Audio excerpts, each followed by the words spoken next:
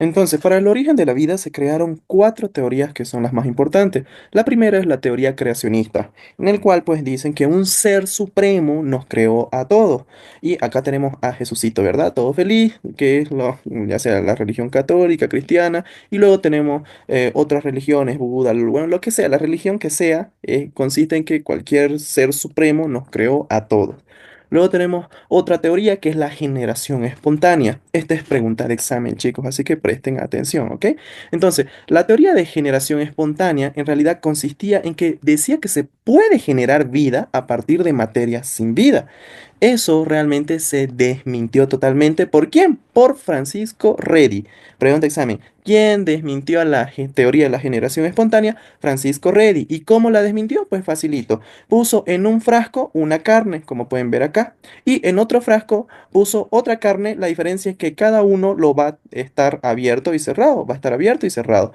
Y pues comprobó que el que estaba abierto se empezó a llenar de gusanos por las moscas, mientras el que estaba cerrado simplemente ahí murió. O sea, no se hizo absolutamente nada. Y eso fue como lo desmintió la teoría de generación espontánea. ¿Quién desmintió? Francisco Redi. No nos olvidemos de eso. Y luego tenemos la teoría de la panspermia, que en realidad dice que los extraterrestres pusieron materia orgánica, ya acuérdense, la materia orgánica, la más importante es el chon, carbono, hidrógeno, oxígeno, nitrógeno. Pusieron a un asteroide y le dijeron, va, vaya, estréllese técnicamente en el planeta, ¿verdad? Pusieron esporas como tal, y pues así se generó la vida, pero esta teoría igual es, o sea, no es aceptada actualmente. Tampoco es aceptada la teoría de la generación espontánea ni mucho menos la teoría creacionista para la ciencia, estoy hablando, ¿ok? Ahora, otra teoría que es un poco aceptada es la teoría quimiosintética o abiótica. A quiere decir sin, es decir, sin vida. ¿En qué consistía esto? Técnicamente consistía en que la Tierra, cuando, bueno, técnicamente cuando se creó la Tierra, había pues prácticamente tanta materia, por ejemplo, CO2, amoníaco había, y se generó un caldo primitivo, es decir, un caldo de cultivo se generó que técnicamente produjo azúcares, glicerina, ácidos grasos y aminoácidos. Los aminoácidos con ácidos grasos van a formar proteínas, ¿verdad? Entonces estas proteínas eran los que iban a formar en sí a los animales, un pescado y etcétera. Esa es la teoría quimiosintética o abiótica, que consistía de que nosotros nacimos de una materia orgánica, que en realidad tiene un poco de relación, acuérdense del chon, ¿ok?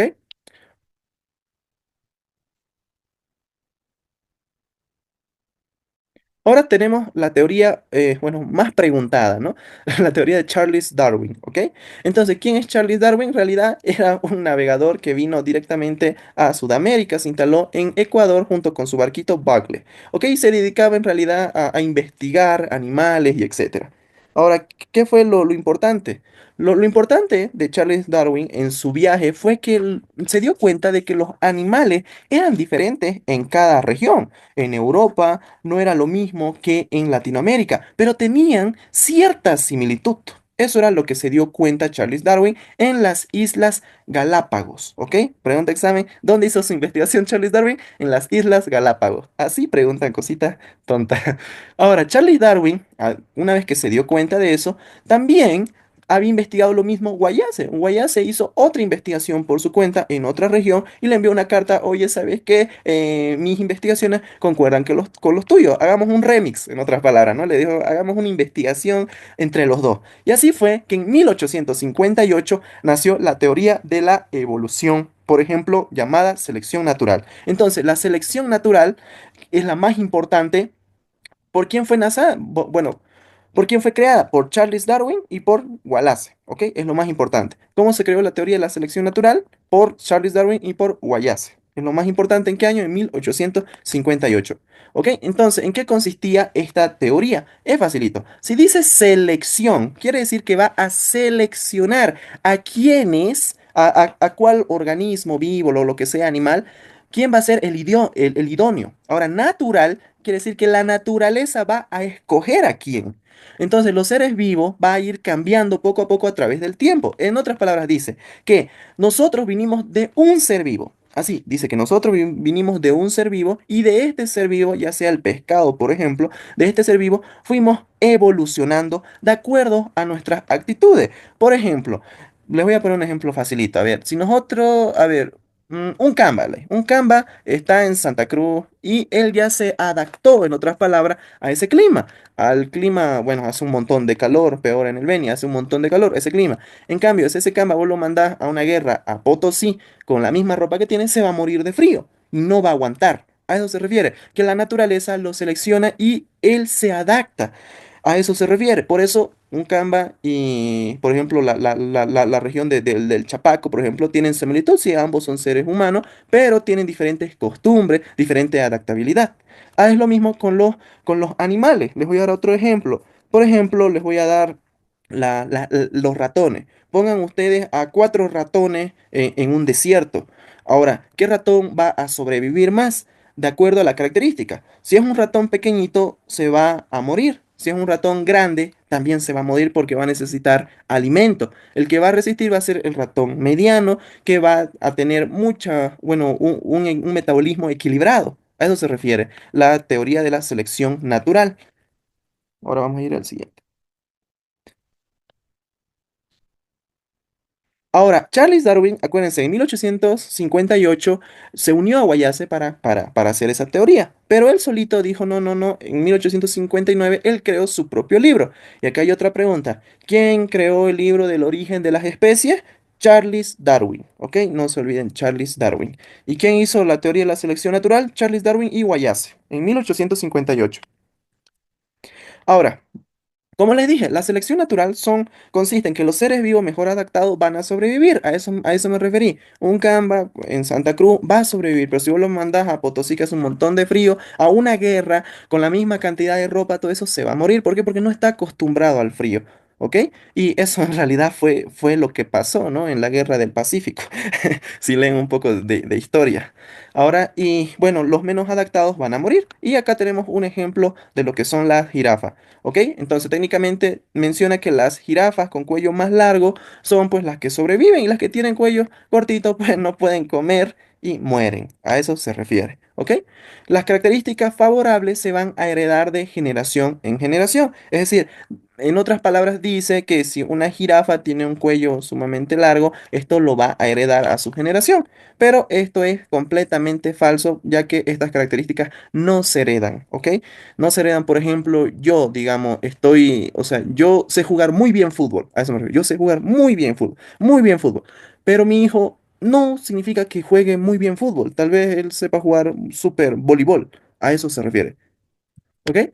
Ahora sí, eso es lo más importante de ese tema, ahora sí vamos a ir, lo que les hablé ahorita es el resumen, lo que sí o sí se tienen que aprender.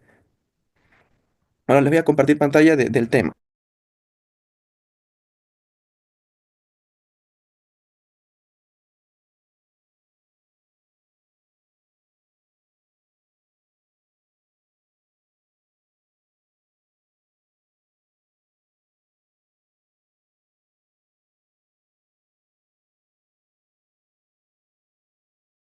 Ahora sí vamos a ver el tema como tal, el origen y evolución de la vida.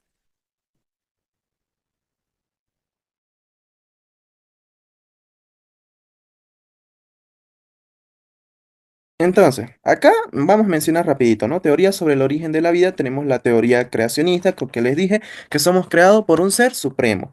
La abiogénesis, acuérdense que propone que la vida surgió de la materia inerte, como les dije, del amoníaco. Les dije, hacíamos un caldo de cultivo y pues directamente la vida se originó así. A eso se refiere de la materia inerte. Luego tenemos la teoría de la generación espontánea, les dije, ¿verdad? ¿Por quién fue desmentido esto? Por Francisco. Ok, Francisco, no se olviden chicos, ¿ok? No nos olvidemos de eso ya que es pregunta de examen. Entonces, ¿qué consistía la teoría de generación espontánea? Acuérdense que decía que la vida se originaba de la nada, en otras palabras. Si yo ponía una carne dentro de un frasco, decía que iba a originarse vida. Yo, digamos, si yo ponía una carne así en medio de la nada, iba a originarse mosca, pero no, ya vimos que eso fue desmentido, ¿ok? Muy importante. Y luego tenemos la teoría de la panspermia, que acuérdense que la vida se originó del espacio, supuestamente, y unos extraterrestres vinieron y nos pusieron materia viva y de eso supuestamente es que vivimos. Luego tenemos la teoría de los coacervados. Esta teoría fue dada por Oparin. Esto es muy importante, ¿ok? Oparin propuso que la atmósfera primitiva de la Tierra contenía sustancias como hidrógeno, metano y amoníaco. Estas sustancias iban a reaccionar, en otras palabras, entre sí debido a la energía de la radiación solar y a la actividad eléctrica. Y en 1950 fue Miller probó esta hipótesis a través de la idea que tenía Oparin. Entonces Miller usó esa idea que tenía Oparin y la comprobó acá. Hizo en esta maquinita que se llamó experimento de Miller. Puso las mismas características que tenía la atmósfera para ver si a través de esto se originaba vida, en otras palabras. Entonces Miller usó esto con la teoría de Oparin. Entonces la pregunta va a ser así: ¿quién hizo la teoría de los coacervados? Oparin. Muy importante entonces es ese man que es muy observador, sobre todo de la atmósfera, que eso es muy cierto, ¿ok? Ya, entonces, ahora sí pasamos al siguiente, que es la evolución, la definición. Entonces, la evolución, lo más importante que tenemos que incluir es que la evolución, bueno, para investigar la evolución se utilizó los registros fósiles, la biogeografía, que es el estudio de la distribución geográfica de los organismos, la anatomía comparada, es decir, revelaba similitudes entre, por ejemplo, un perro, un gato, en esto se basaba. Luego la biología molecular, que les hice una pregunta incluso. La biología molecular se encarga del estudio del ADN, creo. Entonces, a través de estos cuatro aspectos es que se estudió, en otras palabras, lo que viene siendo la evolución. Entonces, como les dije, la embriología comparada trata de hacer la comparación cuando nosotros somos fetos, en otras palabras, cuando nosotros estamos huevitos. Si se dan cuenta, bueno, voy a hacer un poquito de zoom. Si se dan cuenta, la mayoría de nosotros, incluyendo nosotros, cuando somos así fetitos, huevitos, en otras palabras, embriones, es la palabra correcta, por eso se llama embriología comparada, siempre tenemos este aspecto, incluyéndonos.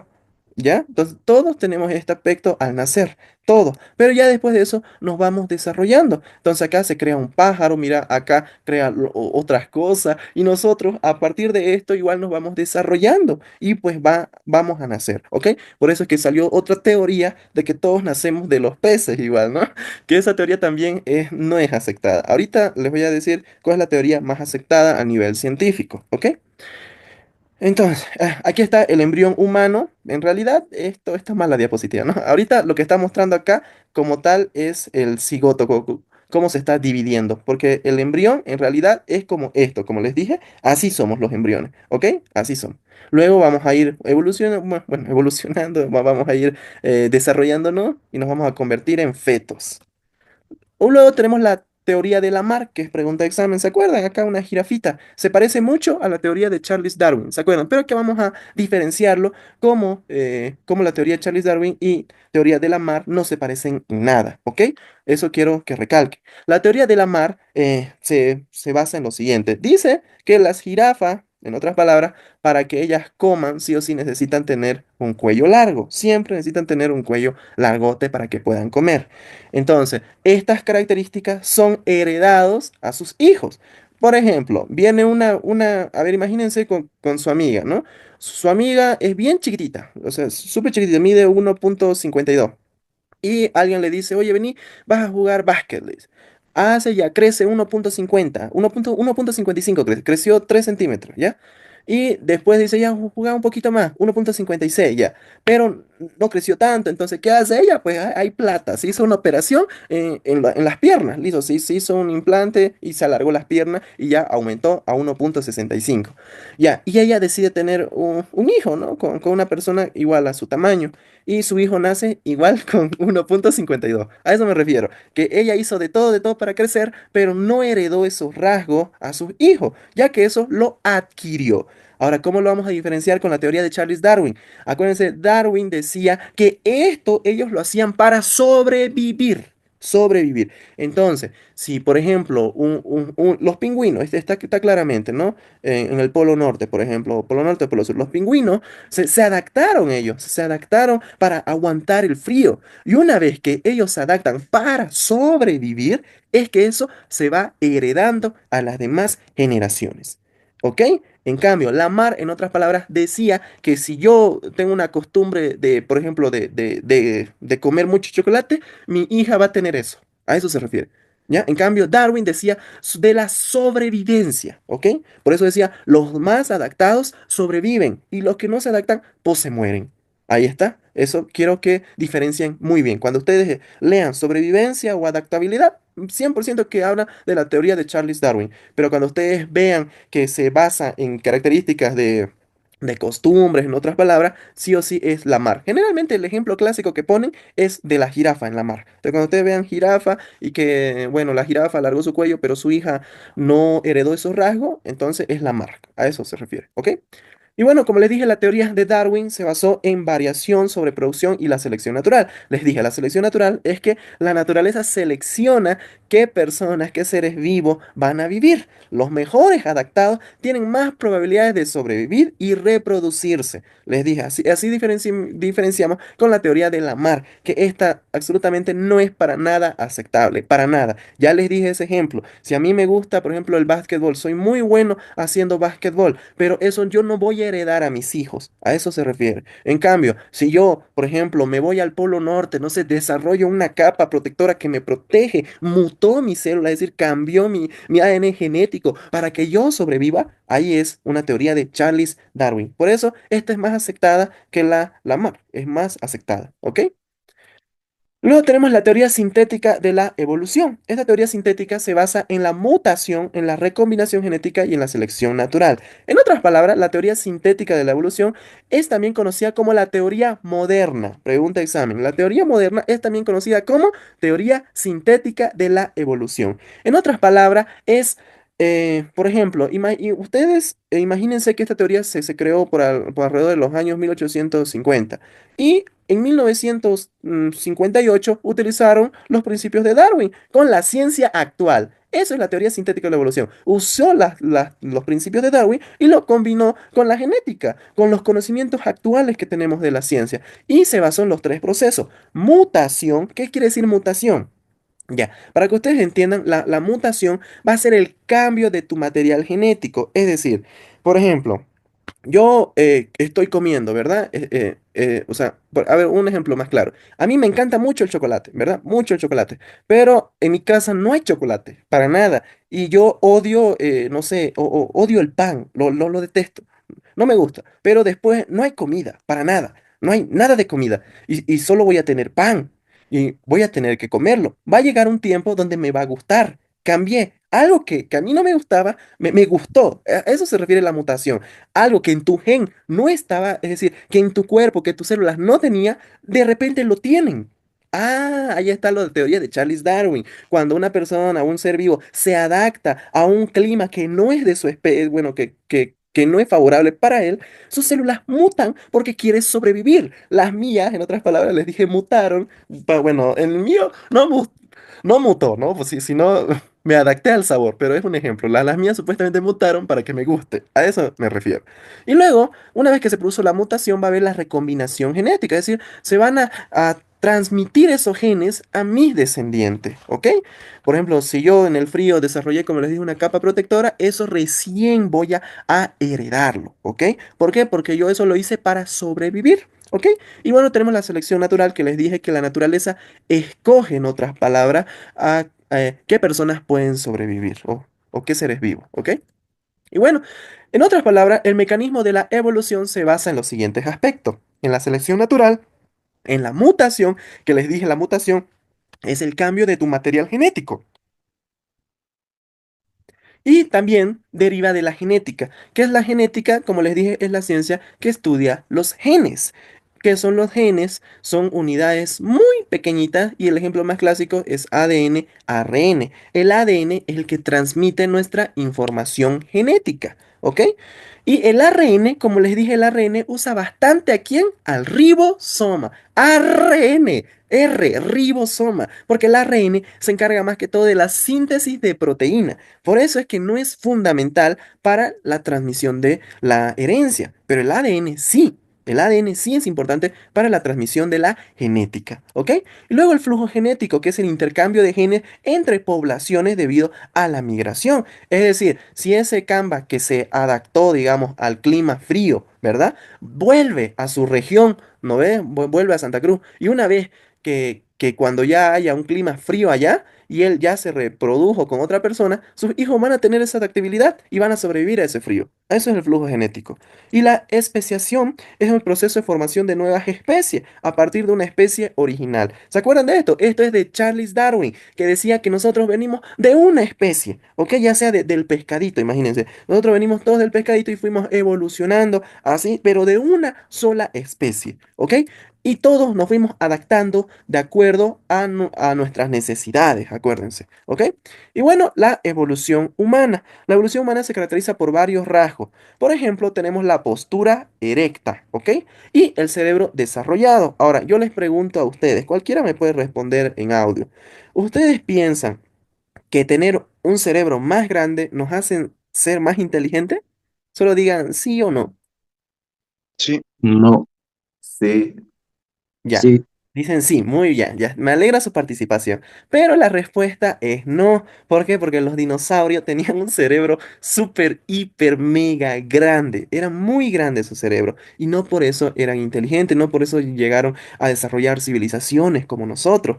La característica está en la diferencia de cuántas neuronas activas hay. Cuando nosotros veamos, porque también hay, bueno, en los temas creo que está neurología. Cuando veamos en neurología, que son temas largos, vamos a ver que el cerebro tiene una capa externa donde está todo de un color gris. A eso se refiere. Todo un color gris. Ese color gris es porque tiene muchísimas neuronas. Un montón de neuronas.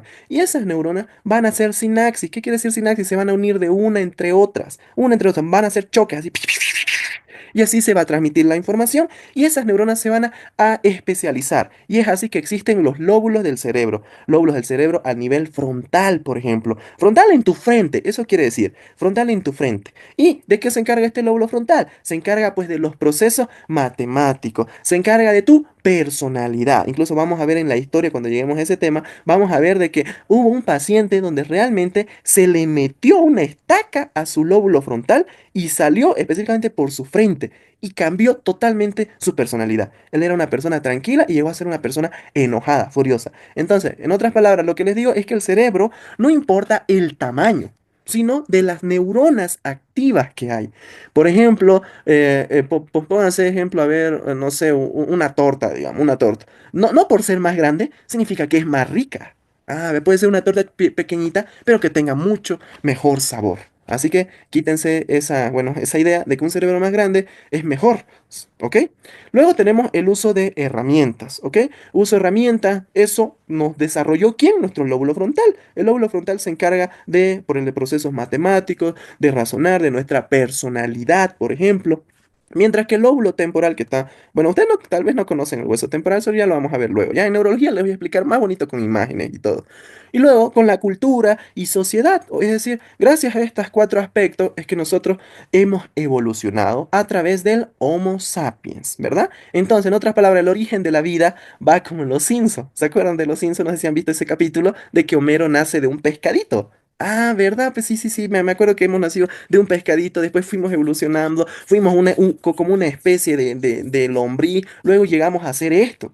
A eso se refiere la teoría de Charles Darwin, que todos nacemos de una misma especie. Entonces, si se dan cuenta, la teoría de Charles Darwin se está combinando con la genética, aunque no es la más aceptada del origen de la vida.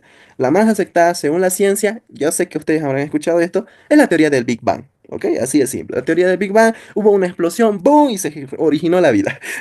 Es la más aceptada por la mayoría de los científicos, chicos. ¿Ok?